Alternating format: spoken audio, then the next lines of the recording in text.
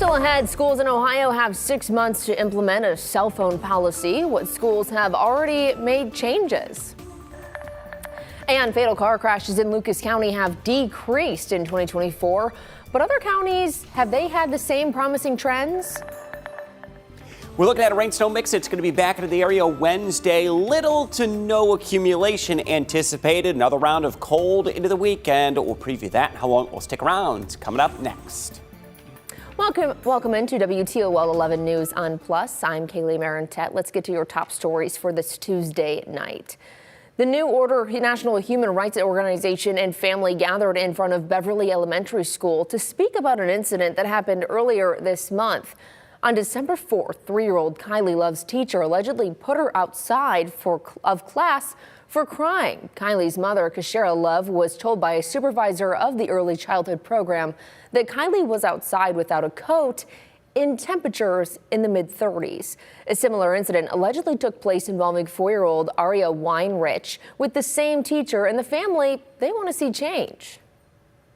We want this teacher terminated immediately because all eyes is at Beverly Elementary School as we speak. All eyes, not just us. We're talking about grandparents, kids, school officials. We want to make sure that we're clearly not going nowhere until we get justice. Toledo Public Schools is aware of the situation and has since suspended the teacher. Toledo Public Schools sent us a response addressing the situation, saying, quote, Toledo Public Schools is aware of a deeply concerning incident involving a staff member's conduct and actions toward preschool students at Beverly Elementary. When we became aware of the situation, the district swiftly took action, immediately suspending the teacher and contacting Lucas County Children's Services. A thorough investigation continues as TPS takes all matters impacting student safety and well-being seriously. Appropriate disciplinary action will be taken in accordance with district policies and procedures to ensure the highest standards of professionalism and student care are upheld in our schools, end quote. It's been 8 months since the signing of House Bill 250 calling for public schools in Ohio to restrict cell phone use during learning hours. But how is it going for schools who've recently changed their policies? Silver Barker has this story. As an elementary student, you can bring a cell phone to school, but it has to be turned off and kept in a book bag or locker all day. As a junior or senior high student, you can use it in between class periods and transition times at lunch. These are the rules for cell phone use at Ottawa Hills schools. They come into the classroom and they have to file it in kind of like a shoe rack pocket shirt device that works out really well. And usually the student has the same slot every day. Balanced but fair, Ottawa Hills Superintendent Adam Fineski says was the reason they changed their policy for this year. So putting it in that slot when they walk in, they could really just focus on the class, talk to each other in class, collaborate with each other. And we saw a big improvement really in the morale of the kids and their ability to stay focused. Almost halfway through the school year, Fineski says is a policy that works for them and they plan on sticking with. Ohio Lieutenant Governor John Husted says he hopes all schools in Ohio come up with some sort of policy before the state's deadline in July. Too much access to smartphones is leading to academic decline. It is leading to bullying. It's leading to mental health issues. It's degrading the culture of our schools across this country. Lieutenant Governor Husted says more than 61% of schools have already adopted formal policies. This should be left up to the schools. We don't want to have a one-size-fits-all policy, but we did come up with some model policy, and the overwhelming evidence from talking to school leaders is that get rid of them altogether. That works best. One of the things that they told us is that when you remove cell phones from the schools, the most noticeable event that occurs is that the lunchroom becomes loud again. That was Silver Barker reporting for us. A Franklin County judge has signed off on a magistrate's recommendation to pay the family of Stone Fultz $6.5 million in damages. The lawsuit, which was announced in February, sought $225 million from the former president of the Pi Kappa Alpha fraternity, Dalen Dunson. Fultz was the BGSU student who died in 2021 as a result of a fraternity hazing event where the court says Fultz was coerced into drinking excessive amounts of alcohol. So certainly, would we have liked a different number? Absolutely. But at the end of the day, what the purpose of going to trial against the lone defendant who ignored every single piece of this case from A to Z was accountability. It was about holding the last remaining individual responsible for his actions that led to Stone's death. And using that metric, we accomplished that goal. Now, we're still going to push forward and try to collect every penny that we possibly can from this young man. But at the end of the day, like I said, he made some decisions and the consequences are his to deal with. The magistrate noted this was the largest punitive damage amount allowed by the state legislature. Attorneys for the Fultz family tell WTOL 11 the next steps are questions about Dunson's assets, bank accounts, and wages. And if he ignores the court order, he could be held in contempt and face an arrest warrant. Ohio is leading a class action lawsuit against a software company. The company ZoomInfo Technologies is accused of deliberately misleading investors. This fueled more than $75 million in losses for 2 state pension funds, the Ohio Public Employees Retirement System and the State Teachers Retirement System. The lawsuit accuses ZoomInfo of committing securities fraud by concealing a slowing demand for its product after a temporary revenue boost during the pandemic. The holidays are supposed to be the most wonderful time of the year, but for some, concerns about safety are the priority. Domestic violence calls and incidents are up during the holidays. Megan Hartnett has more. The holiday season can bring cheer, but also stress for some in abusive relationships. There are stressors that could increase the violent episodes or the abusive behavior.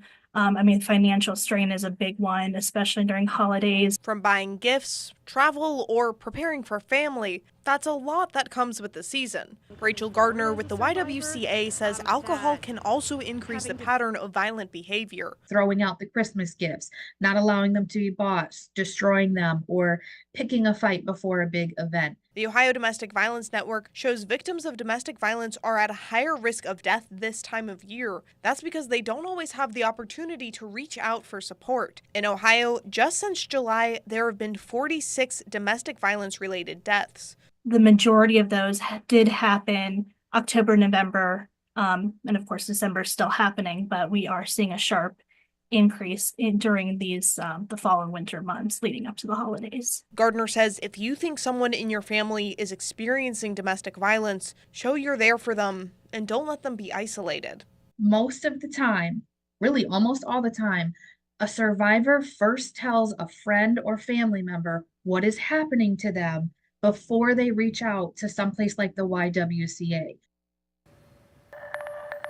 A promising sign on Lucas County roads this year. Ohio State Highway Patrol leaders say the number of car crashes is down. To date, there have been 29 fatal crashes in Lucas County so far. That's down from 51 last year. Serious and minor injuries have also had a drop. In total, there have been about 10,800 total crashes in the county this year, but that's down by nearly 1,000 from last year and around 1,500 from the year before. We believe that's because of our public safety partners, Toledo Police, Lucas County Sheriff's Office, the other police departments in the area. Furthermore, the public has some things to do with this as well. People have been putting down their cell phones like they should be, getting those designated drivers like they should be, and the public has also stepped up and been better drivers and been more aware of unsafe habits. Not every county in Northwest Ohio is seeing such a dramatic decrease in crashes. Last year, Wood County had 21 fatal crashes, and this year there has been 19 so far. Secretary of State Frank LaRose received an open mail at his home that had a threatening note and a powdery substance. Multiple law enforcement agencies were called to his home late Sunday night. His spokesperson says LaRose opened the letter, then notified his security staff and took action to protect his family. His office says he has received threats of physical harm in the past few months and has increased security presence. An investigation is ongoing. Both the FBI and Homeland Security have sent new technology to detect those mysterious drones above New Jersey. Sightings have been reported in at least 6 states now, and the FBI sifted through more than 5,000 tips in just the last few weeks. White House officials say agents are following about 100 leads. Speaking of what you can and cannot do if you see a drone, our Verify team went out to find out. What the is that? That is not a commercial airliner. It's hovering. It's sitting right there. Mysterious drone sightings across the Northeast are being shared on social media. Law enforcement officials have said that the drones don't appear to be a threat to public safety. Nevertheless, they have sparked concern over who's flying them and why. Senator Richard Blumenthal of Connecticut said the drones should be shot down if necessary, especially if they're flying over airports or military bases. Some private citizens have said they'd shoot at a drone, but others have claimed doing so could result in felonies and federal charges. So let's verify. Is it legal to shoot down a drone? These are our sources. Under U.S. law, it is illegal to shoot at any aircraft. That includes unmanned aircraft like drones. The penalty for violating this law is a fine and/or imprisonment of up to 20 years. The FAA says that shooting at any aircraft poses a significant safety hazard, as the drone could crash, causing damage to people or property on the ground. Shooting down a drone can also lead to state or local charges for violating other laws, like recklessly shooting a firearm in a residential area and damaging property. So we can verify, no, it isn't legal to shoot down a drone. If you have concerns about drones where you live, you should report them to local law enforcement or the FAA. With your Verify, I'm Ariane Till.